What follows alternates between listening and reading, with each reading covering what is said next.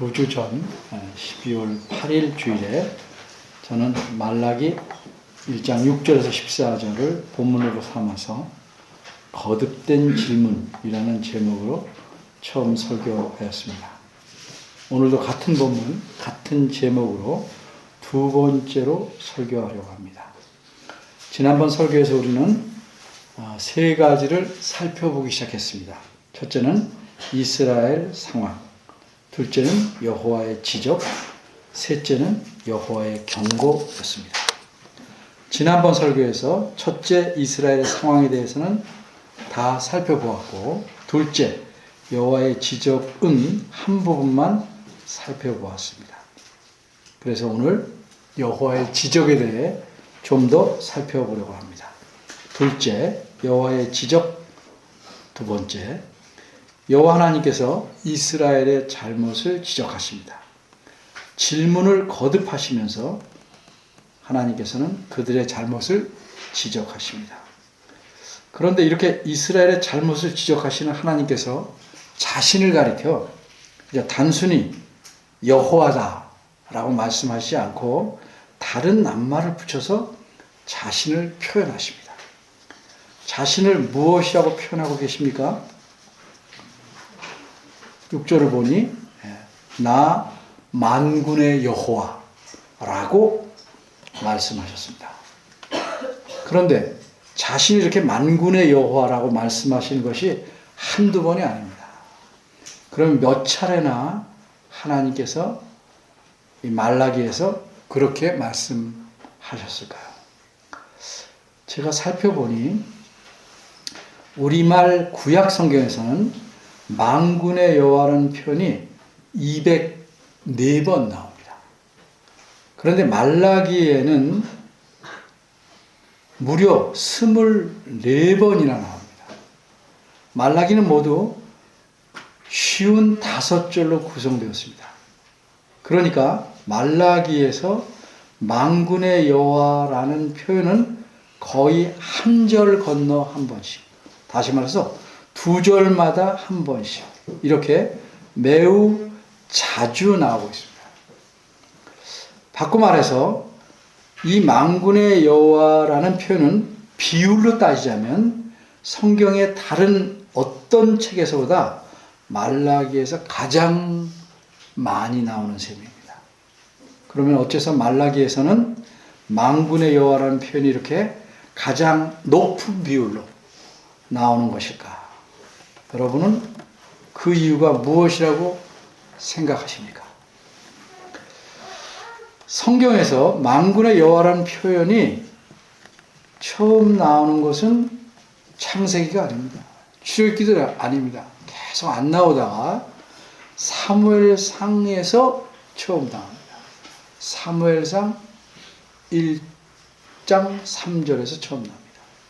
그 구절은 사무엘 선지자의 아버지가 가족을 데리고, 이때 사무엘 선지자는 태어나지 않았습니다.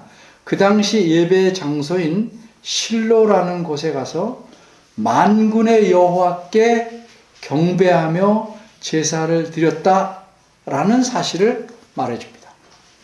이때가 주전 1100년쯤 됩니다. 그리고 말라기 선지자가 활동하신 시대는 대략 주전 450년에서 400년 사이입니다. 그러니까 그 사이에는 약 650에서 700년의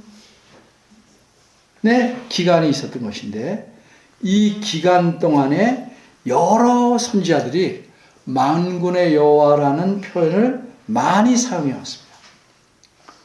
그러니 말라기 시대에 살던 이스라엘 백성은 당연히 만군의 여호와라는 표현을 잘 알고 있었습니다. 그런데도 말라기에서 하나님께서 자신을 가리켜 만군의 여호와다라고 이스라엘 백성에게 매우 자주 말씀하십니다. 어째서 그럴까요? 적어도 그들이 그 표현을 몰랐기에 새로 알려주려고 말씀하신 것은 아닙니다.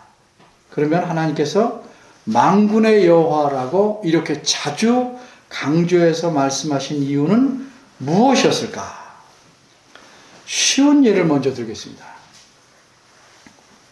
어떤 집에 아들이 하나 있는데 아버지에게 꼬박꼬박 아버지라고 부릅니다. 다른 집의 가정보다 훨씬 더 자주 아버지라고 호칭합니다. 그런데 이 아들은 호칭을 그렇게 자주 부르지만 자기 아버지를 공경하기는커녕 버릇없는 정도를 넘어서서 아버지를 마구 거칠게 대합니다. 그러자 참고 참다가 이래서는 안 되겠다 싶어 어느 날 아버지는 그 아들에게 정색하고 이렇게 말합니다. 나는 네 아버지다. 그러면 그 아버지가 아들에게 그렇게 말한 의도는 무엇이겠습니까? 여러분이 충분히 짐작하시겠지만 내가 아버지인 줄 아들이 몰라서 그런 말 하는 건 아니죠. 제가 여러분을 대신해서 말씀드리자면 아버지인 나를 함부로 대하지 말고 합당하게 대하라 하는 의도로 말한 것입니다. 이와 마찬가지입니다. 하나님께서 이스라엘 백성에게 나는 만군의 여호와라고 거듭 말씀하신 의도는 그들이 만군의 여호와라는 표현을 모르거나 심지어 하나님께서 만군의 여호와라고 불리우신다는 사실을 모르기 때문에 새로 알려주시려는 것이 아니라 그들에게 하나님을 만군의 여호와로서 합당하게 대우하고 공경하라고 요구하시려는 의도입니다. 다시 말해서 하나님께서 그들에게 그렇게 강조해서 자신이 만군의 여호와다라고 거듭 말씀하신 까닭은 그들이 하나님을 올바로 공경하거나 예의를 갖춰서 대하지 않았기 때문입니다. 그러면 그들이 하나님에 대한 태도는 어느 정도였다고 생각하십니까? 지난 설교 때 말씀드린 바대로 원문 6절 처음에 나오는 말씀을 보면 알 수 있습니다. 원문에 따르면 6절 처음은 이렇습니다. 아들은 아버지를 공경하고 종은 그의 주인을 공경해야 한다. 그 다음 말씀은 무엇입니까? 이렇습니다. 그러나 내가 아비라면 나를 공경함이 어디 있느냐? 그리고 내가 주인이라면 나를 경외함이 어디 있느냐? 이렇게 질문하십니다. 이 말씀에서 우리는 무엇을 알 수 있습니까? 이스라엘 백성은 아들이 아버지를 대하는 공경이나 종이 주인을 대하는 합당한 태도조차 하나님에게 보이지 않았다는 사실을 알 수 있습니다. 쉽게 말하면 이스라엘 백성은 하나님에게 일반 가정집에서 부모나 어른에게 대하는 정도의 공경함이나 예의도 갖추지 않고 있었습니다. 사실 부모나 상전에게 대하는 공경과 예의로서 하나님을 대한다고 해도 사실 그것은 너무도 부족하기 짝이 없는 태도입니다. 어째서 그렇습니까? 여호와 하나님은 왕이시기 때문입니다. 우리나라 과거 조선 역사에서 알 수 있듯이 왕 앞에서 백성들은 어떤 태도를 보였습니까? 왕이 행차해서 지나가면 백성들은 땅에 바짝 엎드려 감히 얼굴을 쳐다볼 수조차 없었습니다. 또 왕 앞에 나아가서는 어떻게 하였습니까? 높은 벼슬을 가진 신하라고 할지라도 모든 공손함과 예의를 갖추어 왕에게 말하며 자신을 한껏 낮추었습니다. 그런데 이렇게 높이 우러름을 받는 왕은 단지 동방의 조그만 한 나라 조선의 왕이었을 뿐입니다. 그런데도 백성들은 그 왕을 그렇게 높이 우러르며 왕에게 합당한 예의를 갖췄습니다. 그런데 하나님은 어떤 분이십니까? 하나님은 겨우 한 나라의 왕이 아니십니다. 하나님은 동방의 여러 나라를 다스리는 왕 정도가 아니십니다. 하나님은 한때 세상을 통일한 알렉산더 대왕이나 로마의 황제나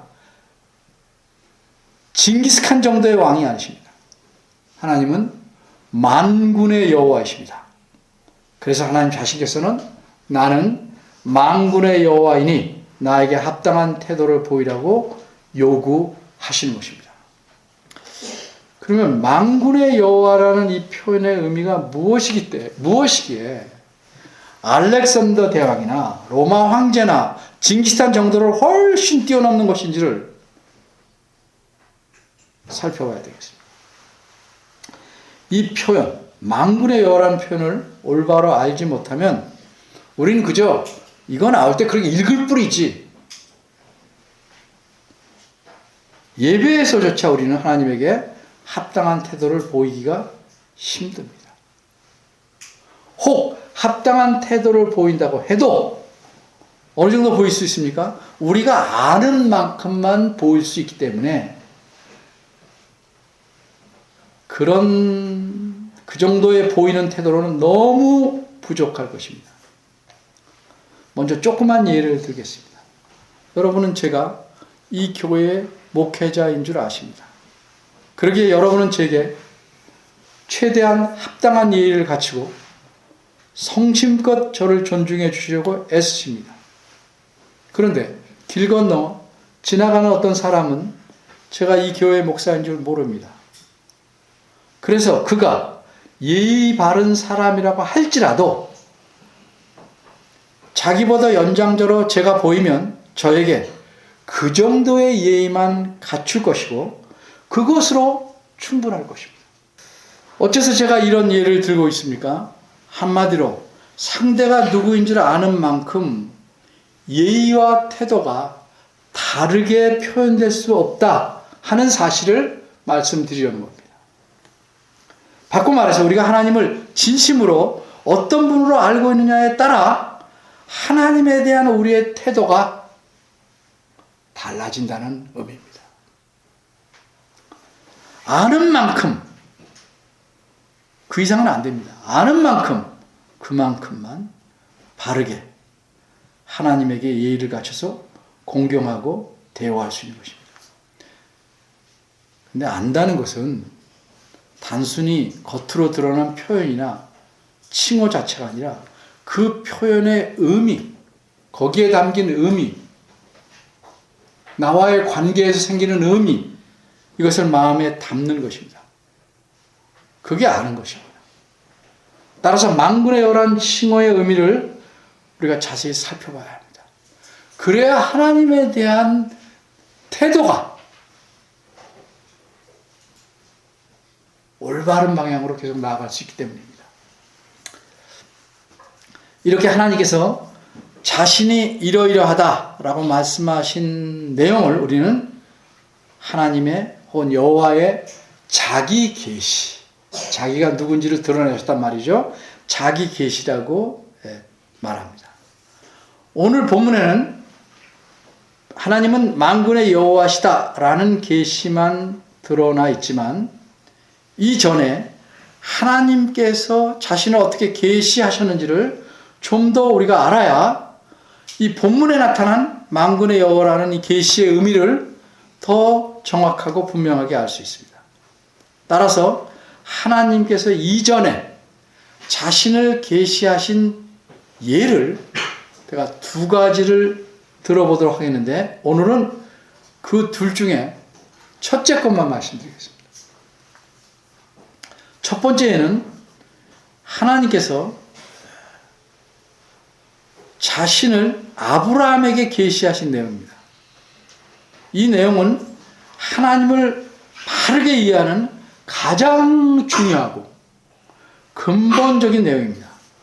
하나님께서 처음에 자신을 우리 히브리 조금 아니까 이제 설명을 해야 되니까 히브리어로 표현합니다. 처음에 자신을 엘샤다이라고 표현하셨습니다. 엘샤다이, 히브리어입니다. 엘샤다이라는 표현은 구약 성경에 모두 7번 나옵니다.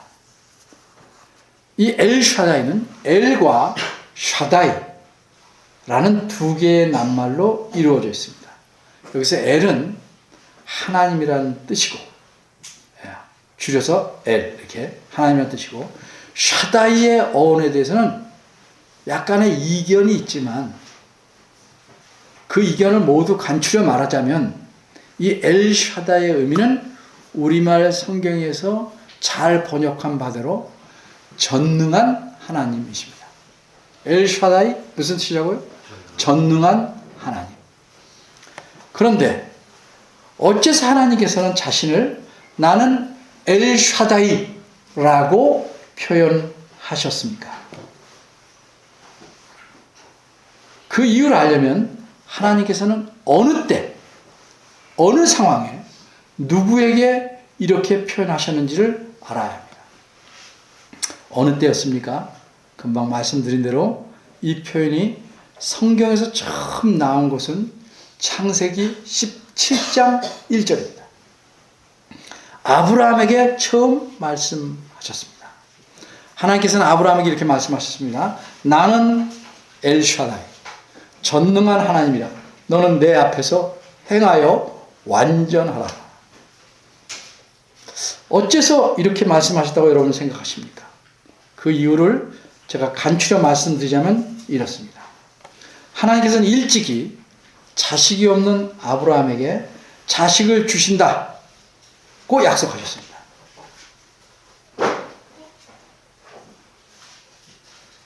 그때가 아브라함이 75세입니다. 그런데 세월이 많이 흘러도 자식은 생기지 않았습니다. 그러자 아브라함은 조급해져서 양자를 드리겠다고 하나님께 말씀드립니다. 그러자 하나님께서는 아브라함의 계획을 허락지 않으시고 그 대신 하나님 자신께서 반드시 아브라함에게 약속하신 대로 자식을 낳게 해 주시겠다라고 하시면서 아브라함을 밖으로 이끌고 나가셔서 밤하늘의 별들을 보게 하셨습니다.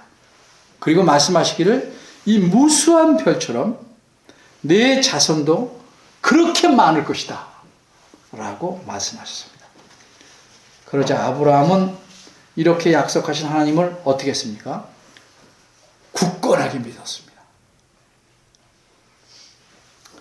그러나 그 후 또 세월이 한참 흘러도 자식이 없자 아브라함은 자기 아내의 제안을 받아들여서 여종을 통해 아들을 낳게 됩니다. 그 아들이 이스마엘입니다. 그리고 그 후도 13년이 지났습니다. 아브라함은 99세가 되었고 그의 아내는 90세쯤 되었습니다. 근데 이 아브라함의 아내는 젊었을 때부터 임신할 능력이 없어서 자녀를 낳지 못했습니다. 그런데 그런 아내를 가진 아브라함에게 자식을 주겠다고 약속했고 그 후 거의 사반세기 25년이 지났는데도 거의 자식이 없었습니다. 그러나 이제는 아브라함은 자기 자식을 낳을 가능성이 전혀 없었습니다. 아내는 젊을 때부터 불임이고 이제는 나이가 훨씬 들어서 90세나 되었어요. 불가능한 일입니다. 그래서 아브라함은 자식을 낳으려는 상상이나 꿈도 꿀 수 없게 되었습니다. 이런 상황에서 즉 아브라함이 99세 때 여호와께서 아브라함에게 나타나셔서 말씀하시기를 나는 엘샤다이다 이렇게 말씀하셔요. 그리고 이어서 말씀하시기를 뭐라고 하셨습니까? 너는 내 앞에서 행하여 완전하라 이렇게 말씀하셨습니다. 그러면 하나님께서 아브라함에게 자신을 엘샤다이라고 계시하신 의도는 무엇이겠습니까? 여러분 짐작하시겠지만 제가 설명하면 이렇습니다. 내가 이제껏 한 행동은 나를 온전히 믿지 못한 것이다. 나는 전능한 하나님이기에 내 생각과는 달리 내가 약속한 것은 내가 보기에 불가능해 보이는 것까지도 능히 이룰 수 있다. 그러니 앞으로는 내가 전능한 하나님인 줄 흔들림 없이 믿고 내 앞에서 내 마음과 처신을 올바로 하기를 바란다. 라는 의도로 자신을 전능한 하나님이시다. 라고 계시하시는 겁니다. 필요할 때 필요한 계시를 보이신 겁니다. 그럼 하나님께서 오늘 본문에서 자신을 만군의 여호와라고 계시한 이유, 의도는 아까 좀 설명했는데, 근데 하필 왜 만군의 여호와라고 했는가 말이죠. 그러려면 만군의 여호와라는 의미가 무엇인지를 먼저 아는 것이 필요합니다. 만군이라는 우리말 뜻은 수많은 군대입니다. 그러면 만군의 여호와는 수많은 군대를 거느리고 움직이시며 다스리시는 분이라는 의미일까요? 만군이 수많은 군대만을 의미한다면 그렇게 볼 수도 있습니다. 그런데 성경에서 만군의 뜻은 이보다 훨씬 넓습니다. 근데 우리말에서 만군이라고 해놨기 때문에 이 뜻 넓은 거를 성경에서 설명하려면 어떻게 돼요? 그래서 원어로서 설명할 수밖에 없는 거고, 그래서 여러분에게 읽기라도 하시라고 제가 말씀드린 거예요. 왜? 설교의 내용을 잘 전달하기 위해서. 그럼 성경에서 말하는 이 만군은 구체적으로 무엇을 가리키는가? 우리말에서 만군으로 번역된 원문, 히브리어는 제바우트 혹은 찌바우트라 그럴 수도 있어요. 라는 말입니다. 근데 이 말은, 오트란 말은 복수예요. 들 하듯이. 자동차 들 하듯이. 오트란 말은 들이에요, 들. 복수예요. 무엇의 복수냐? 짜바라는 말의 복수예요. 이따 오후 시간에 히브리어를 또 설명드리겠습니다. 짜바라는 말의 복수입니다.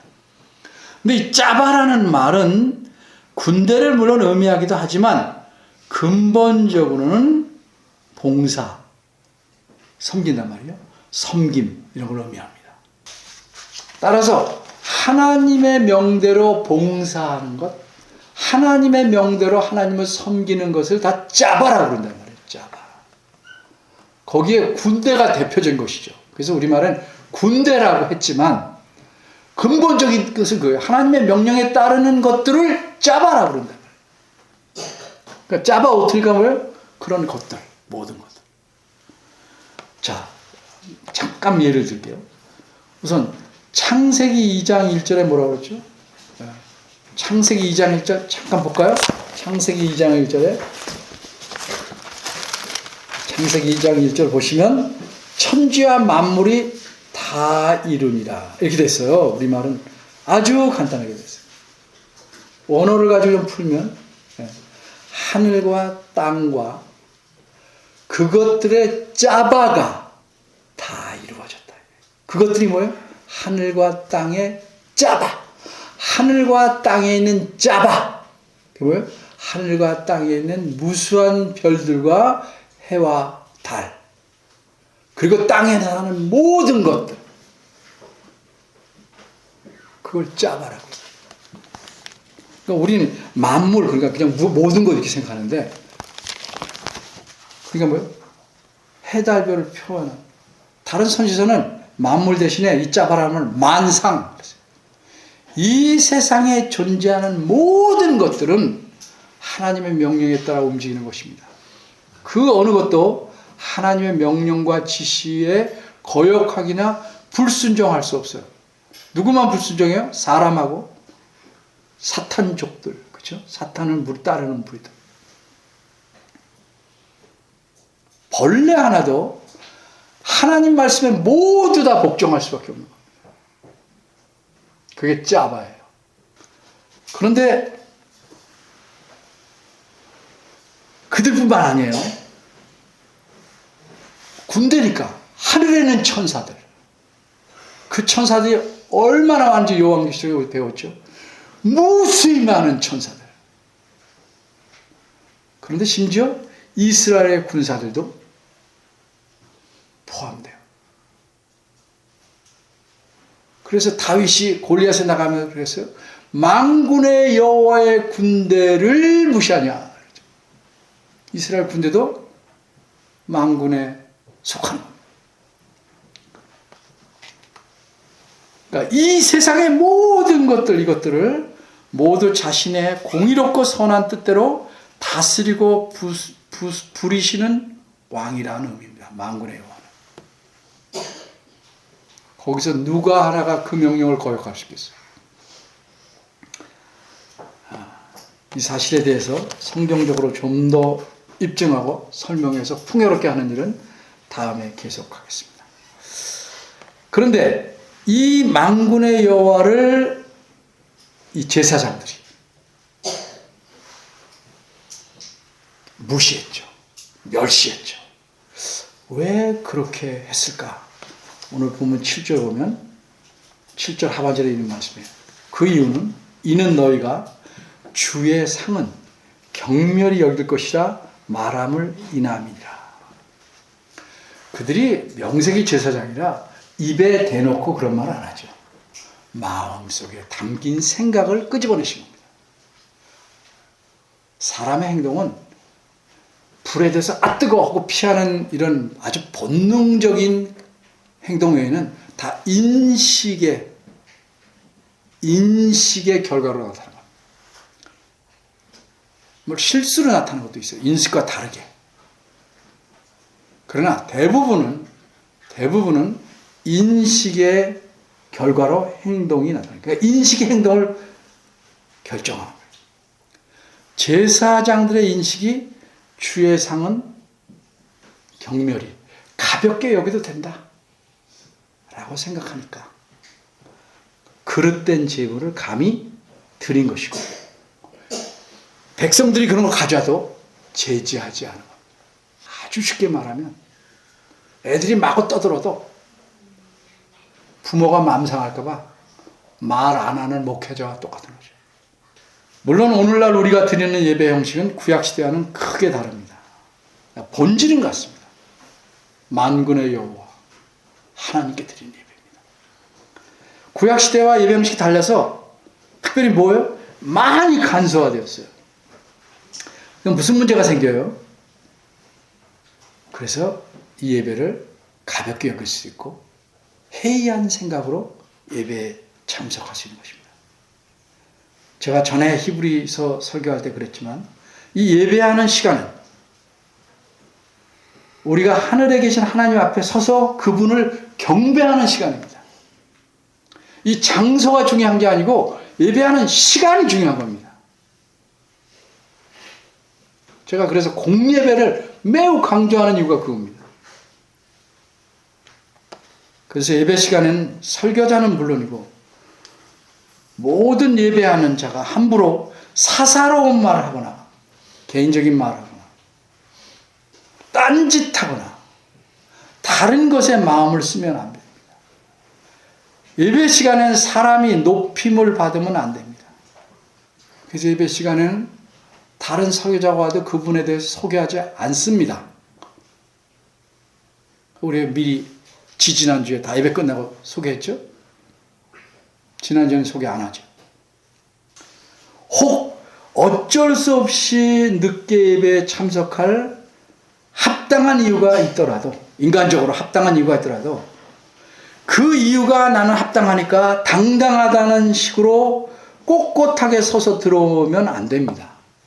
죄송스러운 마음으로 매우 조용하게 움직여야 합니다. 정말 인간적인 이유로 좋을 수밖에 없는 상황이라 할지라도 자기 마음에 죄송함이 있어야 됩니다. 거듭되면 부끄러움을 알아야 합니다. 집중 못하는 것도 마찬가지입니다. 하나님이 어떤 분이십니까? 온 세상과 온 우주 보이는 것이나 보이지 않은 모든 것들을 다스리고 자신의 선한 뜻과 공의로 부르시는 여호와 왕이십니다. 그래서 이분에게 예배할 때는 우리 마음과 몸이 표현할 수 있는 최대한 공손하고 존경하는 자세로 하나님을 예배해야 합니다. 여러분은 어떤 자세로 하나님을 예배하고 계십니까? 기도하겠습니다. 만군의 여호와 하나님, 저희가 하나님을 바로 아는 것이 너무 부족하여 하나님에게 충분한 공경을 보이지 못해 왔습니다. 또 우리가 알아간다 하도 너무 더디고 자꾸 잊어버려서 하나님을 기뻐하시게 할 만큼 바르게 예배하지 못함을 한탄하고 용서를 빕니다. 그러나 하나님을 더욱더 알아감에 따라 그 인식에 걸맞는 마음과 몸의 태도로 하나님을 경배할 수 있도록 이끌어 주시고, 이러한 하나님께서 우리 삶을 다스리고 이끌어 가심을 기억해서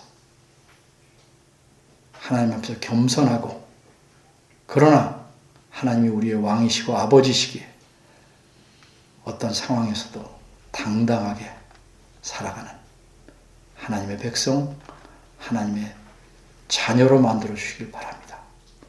예수님의 이름으로 기도합니다. 아멘.